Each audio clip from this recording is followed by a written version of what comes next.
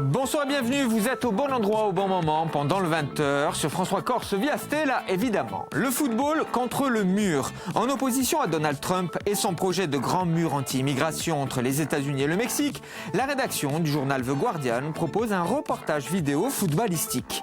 Avec l'exemple du célèbre club Tijuana, connu pour avoir créé une connexion mexicano-américaine à travers son recrutement. Ce club est le symbole que les deux cultures sont extrêmement liées et ce n'est pas uniquement une question footballistique. Les titres de votre 20h. La transparence en politique, une nécessité absolue ou une dictature de la morale, c'est le sujet de votre 20h. Chaque mois, notre partenaire, le magazine Parole de Corse, nous propose une enquête d'opinion. Caroline Ettori évoque la présidentielle et les priorités des Corses. Comprendre et décrypter les mouvements des opinions publiques avec notre partenaire, le magazine Parole de Corse et Caroline Ettori. Bonsoir ma chère Caro. Bonsoir. Comment ça va ? Alors nous retrouvons ta plume dans le magazine Parole de Corse et on peut également t'écouter sur Corsica Radio. Tu nous présentes votre sondage mensuel et présidentiel oblige. Tu t'es intéressé aux priorités des Corses et ce qui ressort avant tout de cette enquête, c'est que la Corse, évidemment, n'est pas assez présente dans le débat présidentiel. Évidemment que non, Philippe. Mais oui, on adore parler de nous. Évidemment. Donc pour 72% des personnes interrogées, effectivement, la Corse n'est pas assez présente dans le débat. C'est assez logique, puisque quand on a lancé la vague d'interrogations, les présidentielles n'avaient pas encore fait le déplacement. Donc là, Benoît Hamon est venu, et puis on attend les autres. Quoi qu'il en soit, la Corse reste une étape incontournable dans la campagne présidentielle. Oui, tu ris parce qu'il y a cette formule que vous mettez en exergue dans votre enquête, publiée par Parole de Corse. La Corse n'est peut-être pas un enjeu présidentiel, mais elle reste un symbole. Ça, c'est la phrase qu'on entend à chaque fois. Carrément. Alors, symbole de quoi ? Voilà, c'est la grande question. Alors, on va essayer de donner, tu vas nous donner quelques idées précises des attentes des Corses, parce qu'ils ont des idées précises, les insulaires. Oui, alors justement, la priorité pour eux, c'est le statut fiscal et social, et puis vient ensuite le statut de résident. Alors, souvent, statut va avec la dimension institutionnelle.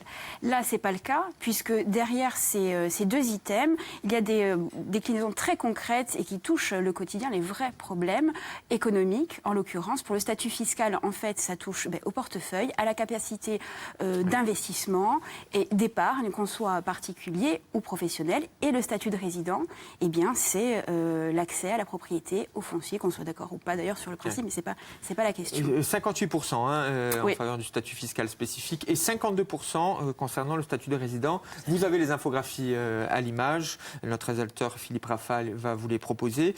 Autre point, alors c'est surprenant de mon point de vue, excuse-moi Caro, oui, surprenant pour ma part, c'est la situation des prisonniers politiques. Oui. Ce n'est pas une priorité pour les personnes interrogées. Alors ça ne veut pas dire que ce n'est pas important, mais ce n'est pas prioritaire. L'amnistie des prisonniers dits politiques a été longtemps considérée comme un préalable à toute discussion avec Paris. Oui. Aujourd'hui, elle est redescendue dans le pack de négociations, si on peut appeler ça comme ça.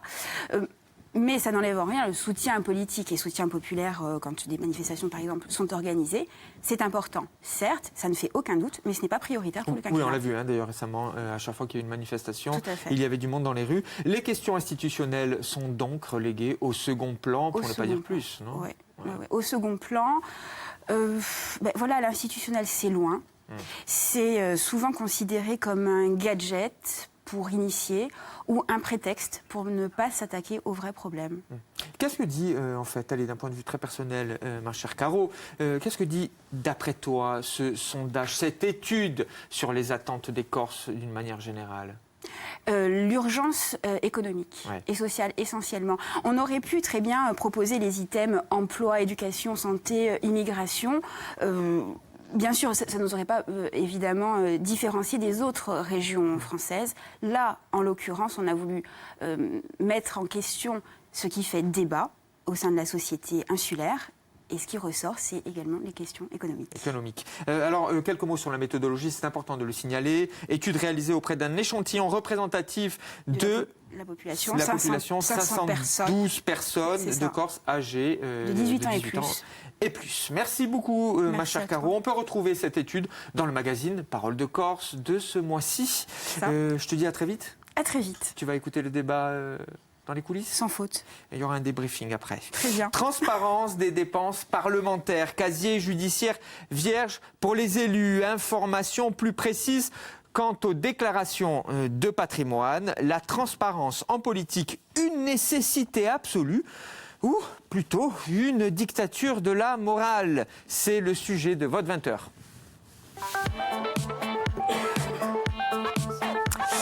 Bonsoir à vous deux. Bonsoir Philippe. Marie-Josée Riguelandine, journaliste. Bienvenue ma chère Marie-Jo. Merci. Ça faisait quelques temps, quelques semaines. Oui, ravi de revenir. Et Jean-François Cazalt également, quelques semaines, bâtonnier du barreau d'Ajaccio. J'espère que vous allez bien. Très bien. Transparence, ce mot en ce moment résonne souvent dans les médias. Alors après l'affaire Cahuzac, en 2013, François Hollande a fait de la moralisation de la vie politique une obligation législative en assurant la transparence complète sur les patrimoines des politiques, en sanctionnant plus sévèrement les manquements et en renforçant la lutte contre la fraude fiscale et les paradis fiscaux. L'objectif étant évidemment de lutter contre les conflits d'intérêts. Selon vous, alors Jean-François, c'est avec vous que je vais commencer, faut-il aller plus loin ? Vu de l'air du temps, on ne va pas dire qu'on est pour les choses cachées, masquées ou occultes. Évidemment, le besoin de transparence est important, mais ça dépend dans quel domaine. Enfin, ça, c'est mon point de vue. En matière de fonctionnement des institutions, la transparence est importante. En matière surtout d'utilisation et d'emploi de l'argent public, la transparence est importante. Après, pour le reste, il faut quand même faire attention. Ça peut être une pente aussi un peu dangereuse sur un objectif à plus ou moins court terme, sur un retour à l'ordre moral.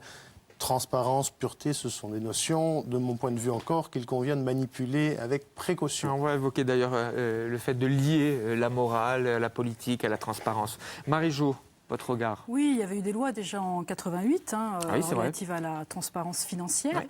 Donc là, la déclaration de patrimoine se faisait. Sur le financement des partis. C'était une commission qui avait tous ces renseignements. C'était pas public. Et c'est vrai que depuis la haute autorité, c'est public. Donc on peut aller tapoter sur Internet et absolument tout voir.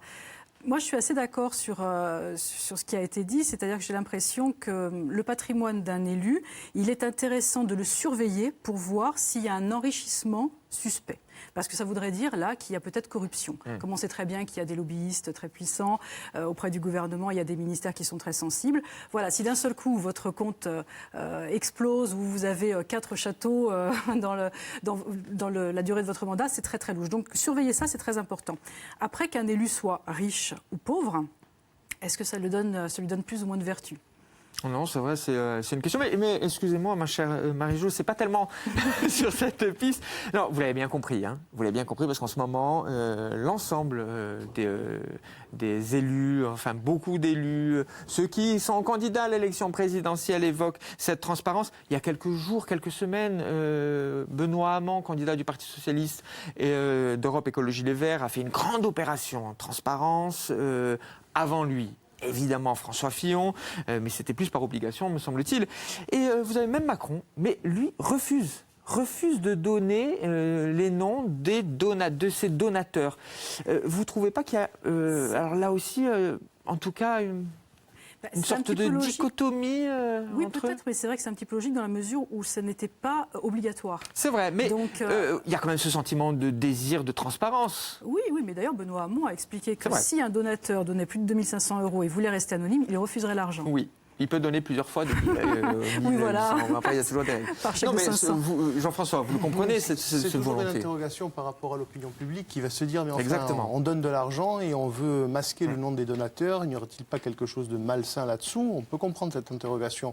Mais sur ce cas précis, je crois à savoir que de toute façon, les comptes seront publiés, déposés auprès du Conseil constitutionnel et que les noms des donateurs seront de toute façon connus. Je ne sais pas s'ils seront consultables en ligne. Ça, c'est la question. J'avoue mon ignorance sur ce point, mais c'est peut-être pas un point qui, de mon point de vue, devrait faire débat longtemps. C'est pas très intéressant de savoir à un moment T ou à un moment T plus 1 qui seront les donateurs si en définitive, on le sait. Mais est-ce que vous comprenez ce désir, en tout cas c'est les études d'opinion montrent, ce désir de transparence, de moralisation de la vie politique. Je ne sais pas si moralisation est un bon terme d'ailleurs, choisi par notamment François Hollande en 2013. Mais vous le comprenez, ce désir? On peut le comprendre, encore une fois, c'est de l'argent public.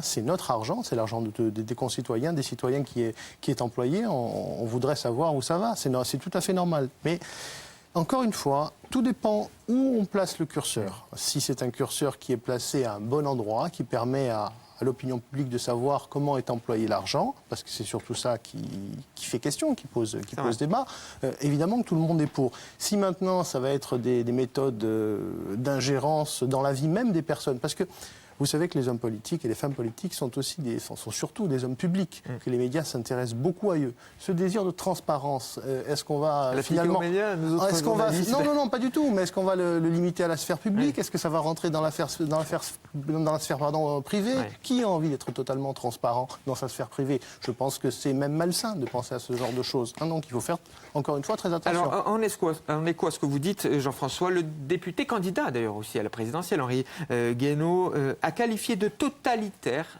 toute ambition de transparence totale. Marie-Jo, est-ce que vous êtes d'accord avec Henri Guénaud? Il ne faut pas non plus pousser.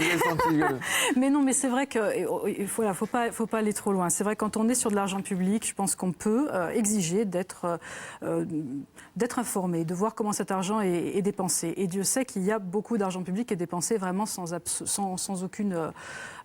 aucun compte à rendre. Ça, c'est quand même compliqué.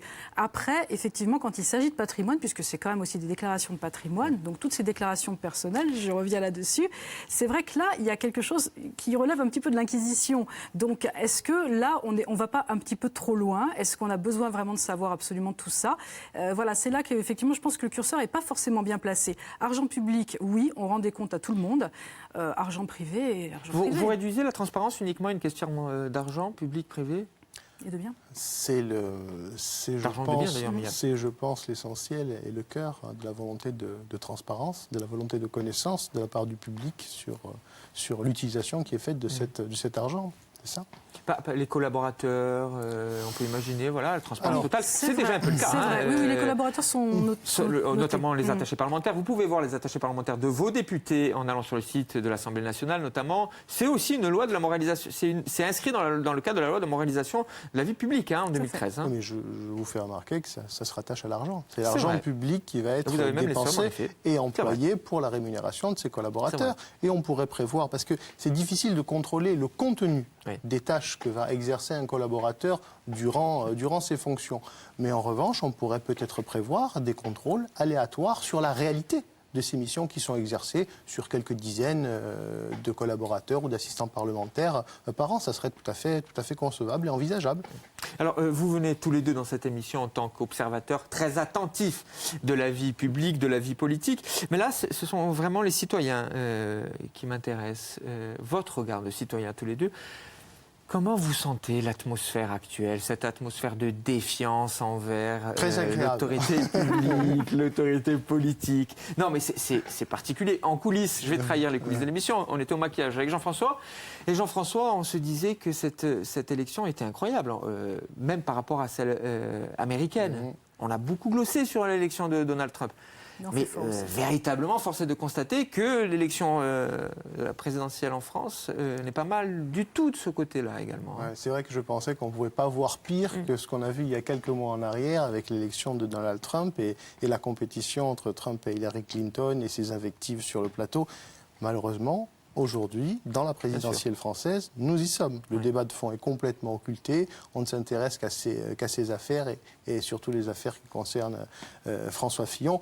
C'est pitoyable comme spectacle, c'est pathétique. Il y a un problème véritablement démocratique. Vous savez, on glisse là entre l'idée de transparence, quoique il y a forcément des liens, Jean-François vient de le dire, et cette idée du débat public, du débat démocratique.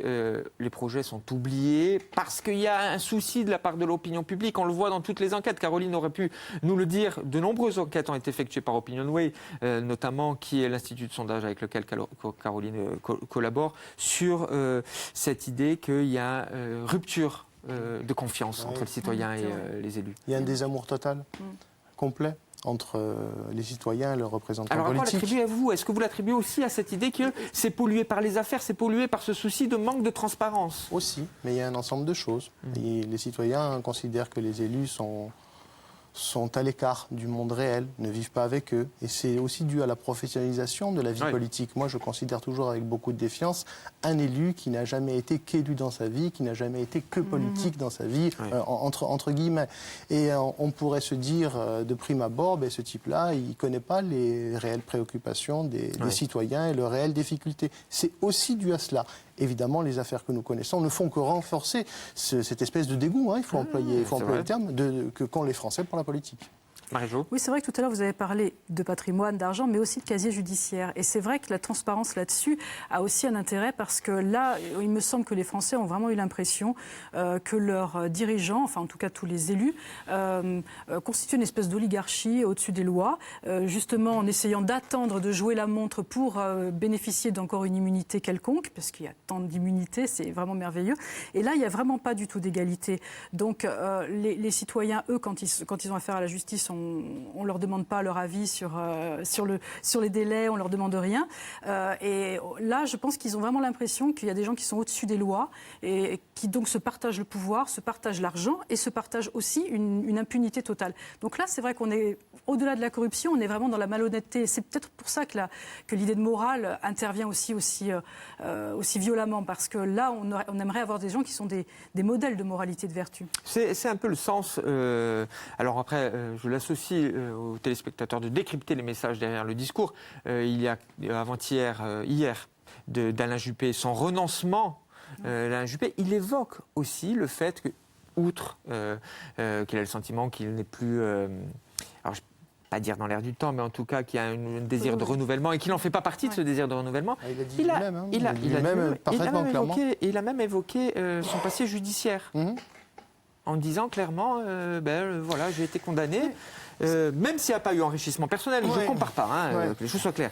Mais il a mis lui-même sur le devant médiatique ce retour-là à son passé judiciaire. Moi, je suis d'accord avec le propos que vous avez tenu à l'instant, mais il ne faut quand même pas aller trop loin non plus. Il y a casier judiciaire et casier judiciaire. Il faudrait qu'il y ait une liste des infractions. Prenons un exemple, quelqu'un qui est condamné pour un excès de vitesse. Est-ce que ça l'interdit de se présenter en politique ? Est-ce que ça sera un moins bon homme politique qu'un autre ? Voilà, il ne faut pas aller trop loin. Encore une fois, tout est une question de placement de curseur. Voilà, faire des choses qui sont raisonnables et qui vont aller dans le bon sens, dans le sens toujours de l'intérêt général et de l'intérêt public.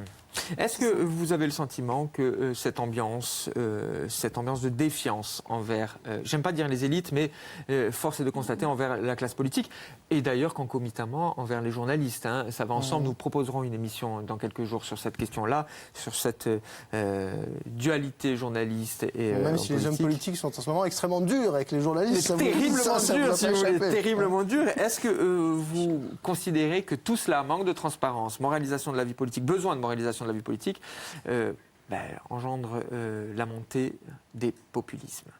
Ah oui, clairement, parce que c'est vrai qu'à partir les populistes jouent sur ça. Oui, ils jouent là-dessus, effectivement. Ils jouent sur le fait que voilà, ces élites-là sont au-dessus des lois, se moquent bien du petit peuple, parce qu'on est quand même élus par le peuple et pour le peuple. Et vraiment, voilà, oui, ils jouent là-dessus, sur le fait que les élites sont complètement déracinées des préoccupations du peuple. Et c'est vrai que quand on est sur l'affaire Fillon, on peut pas le nier. On parle de 500 000 euros, 900 000 euros, 1 million, comme si c'était des sommes anodines, alors que parallèlement, les mêmes vont vous demander de faire un effort sur 25 euros de pension de vieillesse. Sachant qu'il y a toujours la présomption d'innocence, je parle sous le... Bien sûr, mais ce qui gêne les gens... La responsabilité de l'avocat. Moi, je parle des sommes qui ne peuvent que choquer les gens, parce qu'on ne travaille pas avec des sommes comme ça, on ne vit pas avec des sommes comme ça. Donc quand on voit ces gens qui ont l'air de trouver que c'est vraiment secondaire, qu'il faut que la procédure, elle ait lieu, elle n'ait pas lieu, il faut qu'elle ait lieu, cette procédure, il faut qu'on sache si effectivement l'emploi est fictif ou n'est pas fictif. Mais même en dehors de ça, je pense que les sommes ont vraiment choqué. Et du coup, là aussi, les populismes ont un boulevard pour expliquer à quel point on est déconnecté. Et ils sont déconnectés de la vie. Mais c'est sûr quand on leur demande le prix du pain, pensez bien que c'est quand même à des lieux de leurs soucis aussi. Oui, mais paradoxalement, vous voyez que les électeurs qui soutiennent ces populistes, ces démagogues, comme Madame Le Pen, pour ne pas la citer, finalement, ne sont pas très intéressés par les affaires qui touchent leur propre champion, leur propre poulain. Tout à fait. Et d'ailleurs, je crois que Trump disait pendant la campagne, je peux tirer sur quelqu'un en pleine 5e avenue, ça ne me fera pas perdre un seul électeur. Et le pire, c'est que je crois qu'il avait raison. Ouais. Voilà. Donc il y a ce paradoxe-là qu'il convient d'appréhender. Est-ce que ça vous dérange éthiquement de coller le terme politique et moral? Est-ce que ça va ensemble? Vous avez 10 minutes pour répondre à cette question hautement philosophique. Morale et politique. Non, quand en 2013, je reviens sur cette, parce qu'elle est suite à une grande affaire, l'affaire Cahuzac, 2013, Cahuzac ministre du Budget. La suite, c'est la moralisation de la vie politique, de la vie publique. On parle de morale et de politique. C'est particulier. Michel Serres, qui est un philosophe que nous aimons beaucoup dans cette émission, que nous avons eu en interview il y a quelque temps, nous dit lui-même que ces deux termes-là ne vont pas bien ensemble. Hein. J'ai l'impression de repasser le bac philosophie. C'est vrai que ce sont des grands débats, morale et politique. Donc vous savez moi, ce que je demande aux hommes et aux femmes politiques, c'est ce que je veux savoir. C'est d'être honnête, c'est d'être compétent et c'est de respecter la loi. Et quand on leur a dit que la loi, en tout cas la loi française, est sous-tendue par une morale qui est une morale judéo-chrétienne, moi je pense qu'on aura fait l'essentiel du débat. Tout à fait juste. Voilà, effectivement, c'est vrai qu'on peut se contenter de ça, leur demander au moins de respecter la loi, de la respecter pour eux-mêmes, et la respecter pour les autres et la faire respecter. Et c'est vrai que quand on place ces gens aux affaires et qu'ils vont voter les lois, qu'ils vont faire les lois, qu'ils vont réformer la société, on pourrait espérer quand même qu'il y a un minimum de morale qui sous-tende tout ça. C'est vrai. Enfin, franchement, c'est un minimum. Alors c'est vrai que ça va ensemble, ça va pas ensemble. Vous avez cité il y a peu de temps sur un tweet, je crois, une citation de Maupassant qui déjà était absolument désolé en 1880, sur les politiques de l'époque. Ça n'évolue pas et c'est vrai que le pouvoir corrompt énormément, mais il est important pour les citoyens d'avoir l'impression d'être quand même face à quelqu'un et de mettre le sort de la nation entre les main de quelqu'un de... C'est l'éthique de la responsabilité qui est en question avec Maupassant. Juste, alors c'est à vous, Jean-François, que je vais demander. Je vous en prie. On a le sentiment, plus qu'un sentiment, c'est même une constatation, que le législateur est en réaction à chaque fois. Cahuzac, avant le financement des partis politiques, en 1988, il y a eu la loi, le financement des partis politiques, 1987, 1988, la loi, 2012, Cahuzac, 2013, la loi de la moralisation, ça vient tout le temps après. Vous me direz, c'est peut-être normal, hein, mais on a le sentiment qu'il n'y a pas d'anticipation. Ce qui est différent des pays scandinaves, d'ailleurs. Hein. C'est normal parce que le droit doit s'adapter, c'était un des thèmes. Le droit doit s'adapter aux évolutions des mœurs et de la société. Ce qui est en revanche malsain, de mon point de vue, c'est les réactions à chaud. C'est que chaque fois qu'une affaire est dévoilée au grand public, tout de suite il y a une loi qui est votée dans la précipitation. Et l'émotion, attention, parce que ça fait passer ce que le raisonnement eût arrêté. Quand on raisonne, quand on prend le temps, quand on pèse les choses, quand on réfléchit, on peut pondre des textes législatifs parfaitement pertinents, parfaitement compétents. Mais quand on fait ça à chaud, souvent on fait des bêtises. Vous connaissez la règle de l'émission qui touche presque à sa fin. Il nous reste 2 minutes. Les 40 secondes, les fameuses 40 secondes. 40 secondes pour résumer votre pensée et pour donner vos arguments. Marie-Jo, c'est avec vous que je termine donc cette émission. Avant Jean-François, la transparence en politique, une nécessité absolue ou une dictature de la morale? Alors un peu des deux, voilà, c'est très bien comme ça. Moi, non, un petit peu des deux, parce qu'effectivement, je pense que c'est la morale qui a appelé à créer des lois de ce genre. En 95, d'ailleurs aussi, les salaires des grands dirigeants d'entreprise deviennent publics. Je pense que c'est effectivement des grands coups comme ça, où les gens se sont sentis vraiment trompés, qui ont nécessité ces lois. Donc, c'est peut-être pas les meilleurs. On est d'accord, mais il faut peut-être effectivement aller vers cette transparence. Moi, je suis assez aussi d'avis que c'est plutôt la manière dont on dépense ces enveloppes extraordinaires, ces dotations de parlementaires, de ministres, de présidents. J'aimerais bien savoir comment cet argent public est dépensé, plus que le patrimoine, en tout cas des candidats. La transparence sur l'action, sur l'action publique. Et sur vraiment les dépenses de cet argent qui est celui des citoyens, et les citoyens se sentent... C'est effectué aussi sur les on a parlé des hommes là, mais sur les collectivités locales notamment. Vous avez le Conseil d'État qui suit, qui suit évidemment les actions. On sait très bien qu'il y a des enveloppes qui échappent absolument à tout contrôle. Avec vous, Jean-François. Oui, non, mais à peu près le même avis. Évidemment, encore une fois, ça dépend des domaines, ça dépend des sphères. Dans la sphère publique et en matière d'utilisation de l'argent public, il faut évidemment une transparence. On pourrait penser à des contrôles qui soient renforcés. Mais attention, parce qu'il y a aussi les moyens de renforcer ces contrôles. Parce que très souvent, les contrôles existent. Ils sont mis en place et ils sont institutionnalisés. Mais le problème, c'est qu'on n'a pas les moyens de les rendre effectifs. Donc oui, dans le sens d'une plus grande transparence, attention. Pas dans tous les domaines. Et attention, où on place le curseur, c'est important. Oui. Merci beaucoup à vous deux d'avoir confronté vos arguments, même d'avoir répondu, d'avoir dialogué. C'est plus juste même, la transparence en politique, une nécessité absolue ou une dictature de la morale. Vous pouvez retrouver cette émission sur la chaîne YouTube de François Corse-Vie-Astel et sur les réseaux sociaux, Facebook, Twitter, etc., etc. Je vous dis à demain, même lieu, même heure, pendant le 20h.